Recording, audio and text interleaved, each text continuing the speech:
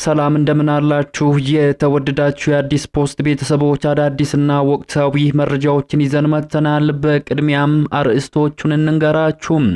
ጅቡቲ በድሮን ኢትዮጵያን ደበደበች። የጅቡቲ የጦር ድሮኖች የኢትዮጵያን አየር ክልል ጥሰው በመግባት ድብደባ መፈጸማቸው ከፍተኛ መነጋገሪያን ፈጥሯል። በአፍሪካ ቀንድ የፖለቲካ ውጥረቱ በተባባሰበት በዚህ ወቅት የጅቡቲ ድሮኖች ድንበር ተሻግረው በፈጸሙት ጥቃት በርካታ ኢትዮጵያውያን መገደላቸው ተሰምቷል። የጅቡቲ መከላከያ ስለ ጥቃቱ አነጋጋሪ ምላሽን ሰጥቷል። በዝርዝር እናስደምጣችኋለን። በሌላ ሰበር መረጃ የአውሮፓ ህብረት ኢትዮጵያን አስጠነቀቀ። የኢትዮጵያ መንግስት ከኤርትራ ጋር ወደ ይፋዊ ጦርነት ለመግባት ከጫፍ ደርሷል ያለው የአውሮፓ ህብረት ኢትዮጵያ ላይ የማስጠንቀቂያ መግለጫን አውጥቷል። በኢትዮጵያ ሽብርተኝነት፣ ድንበር ተሻጋሪ ወንጀሎችና የኢኮኖሚ ቀውሶች መከሰቱን ህብረቱ ገልጿል። በዝርዝር እንመለከተዋለን። በሌላኛው የትግራይ አስተዳደር የፌደራል መንግስቱን አስጠነቀቀ።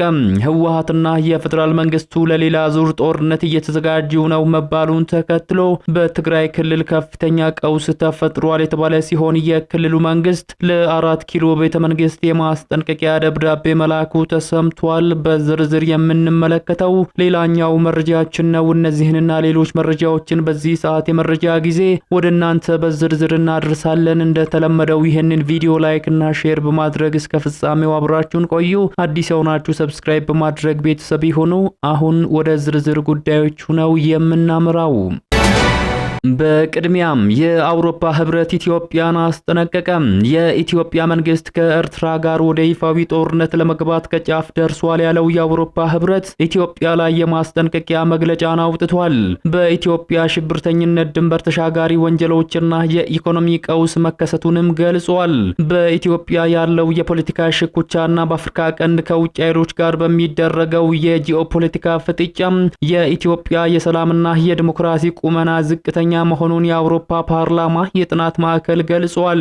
ማዕከሉ ይህንን ያስታወቀው ለፓርላማው ስራ አጋዥ ይሆናል ያለውን ዓለም አቀፋዊ የሀገሮችን የሰላምና ዲሞክራሲ ስጋቶች የሚል ሰነድን ይፋ ሲያደርግ ነው። ማዕከሉ የሰላምና የዲሞክራሲ ስጋትን በተመለከተ በ137 ሀገሮች ላይ አካሄድኩት ባለው ጥናት ለኢትዮጵያ 112ኛ ደረጃን የሰጠ ሲሆን በብሔር ፌዴራሊዝም የምትመራው ሀገር በግጭት በድርቅና በኢኮኖሚ ጫና ምክንያት 21.4 ሚሊዮን ዜጎች ሰብአዊ እርዳታ ያስፈልጋቸዋል ብሏል።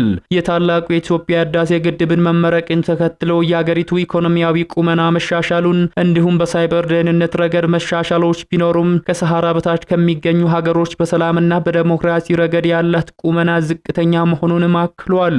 ሽብርተኝነት፣ የኢነርጂ ጥረት፣ ድንበር ተሻጋሪ ወንጀሎች፣ የኢኮኖሚ ቀውስ፣ የተሳሳቱ መረጃዎች ስርጭት፣ መረጋጋት የተሳናቸው ሀገሮች መብዛት፣ ነውጠኝነትና ግጭቶች የወቅቱ ለኢትዮጵያ ሰላምና ዲሞክራሲ መነሻ ስጋቶች ናቸው ስልም ዘርዝረዋል።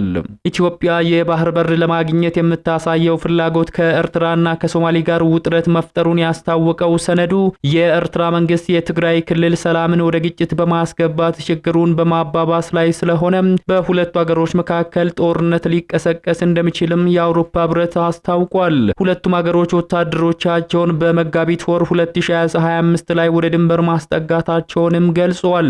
የፌደራል መንግስቱ ከትግራይ ክልልም ሆነ ከሌሎች ክልሎች ጋር ያለው የፖለቲካ ሁኔታ በውጥረት የተሞላ መሆኑን የሚገልጸው ሰነዱ በተሳሳተ የመረጃ ስርጭትና በመሳሪያ በታገዙ ግጭቶች ምክንያት ኢትዮጵያ ስጋት ውስጥ መሆኗንም አብራርቷል። ወደ ሌላኛው ሰበር ዜናችን ስናመራ ጅቡቲ በድሮን ኢትዮጵያን ደበደበች። የጅቡቲ የጦር ድሮኖች የኢትዮጵያን አየር ክልል ጥሰው በመግባት ድብደባ መፈጸማቸው ከፍተኛ መነጋገሪያን ፈጥሯል። በአፍሪካ ቀንድ የፖለቲካ ውጥረቱ በተባባሰበት በዚህ ወቅት የጅቡቲ ድሮኖች ድንበር ተሻግረው በፈጸሙት ጥቃት በርካታ ኢትዮጵያውያን መገደላቸው ተሰምቷል።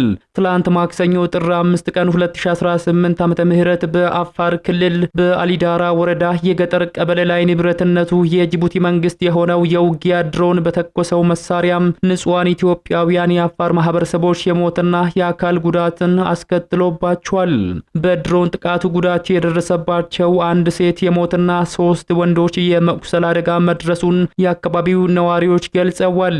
በትላንትናው ዕለት የተፈጸመውን ጥቃት በተመለከተ በኢትዮጵያም ሆነ በጅቡቲ መንግስቶች በኩል በይፋ የተሰጠ መግለጫም ሆነ ማብራሪያ የለም። ከወራት በፊት የጅቡቲ የጦር ድሮኖች ተመሳሳይ የድሮን ጥቃት በኢትዮጵያ አፋር ክልል ፈጽመው በቀብር ስነ ስርዓት ላይ የነበሩ የሃይማኖት አባቶችና አዛውንቶች ላይ ጉዳት መድረሱ የሚታወስ ነው።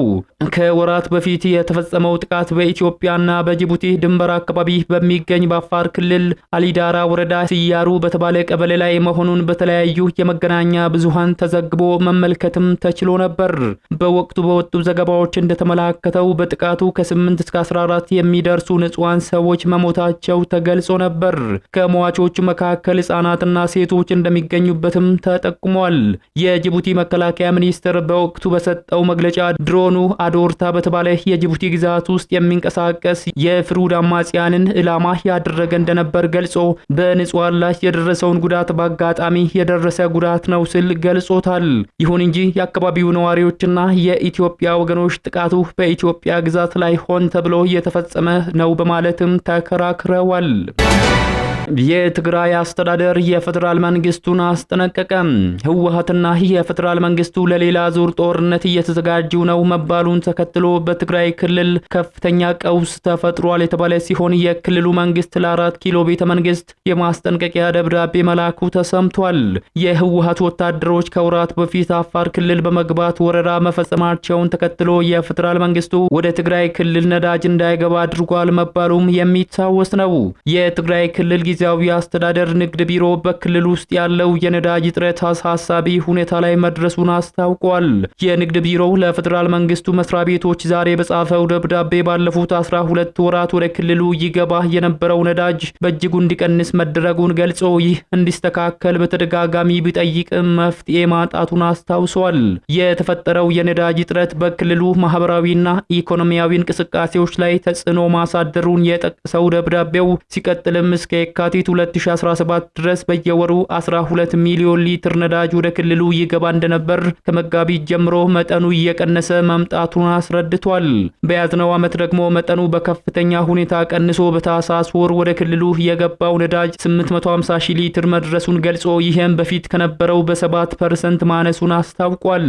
የነዳጅ አቅርቦቱ ወደ መቆም እየተጠጋ በመሆኑ የድንገተኛና ነፍስ አድን ስራዎች እየቆሙና የሕክምና ተቋማት መደበኛና ድንገተኛ አገልግሎት መስጠት የማይችሉበት ደረጃ ላይ እየደረሱ ነው ያለው ደብዳቤው ጨምሮም በነዳጅ እጥረት የተነሳ በ146 መጠለያ ጣቢያዎች ለሚገኙ ተፈናቃዮች አስቸኳይ እርዳታ ማድረስ አልተቻለም ብሏል። በመሆኑም በነዳጅ እጥረት የተነሳ ከፍተኛ የኑሮ ውድነት መከሰቱን፣ ነዳጅ ማደያዎች አቅርቦት በማጣታቸው ምክንያት ወደ መዘጋት መቃረባቸውንና ሰራተኞችን እያባረሩ እንደሚገኝም አስረድቶ አፋጣኝ ምላሽ እንዲሰጠው ጥሪ አቅርቧል። የተወደዳችሁ የአዲስ ፖስት ቤተሰቦች ለሰዓቱ ያዝንላችሁ መረጃዎች የተከታተላችሁትን ይመስሉ ነበር። ከሰዓታት በኋላ በሌሎች አዳዲስ መረጃዎች ዳግም እስከምንገናኝ በያላችሁበት መልካሙን ሁሉ ተመኘን።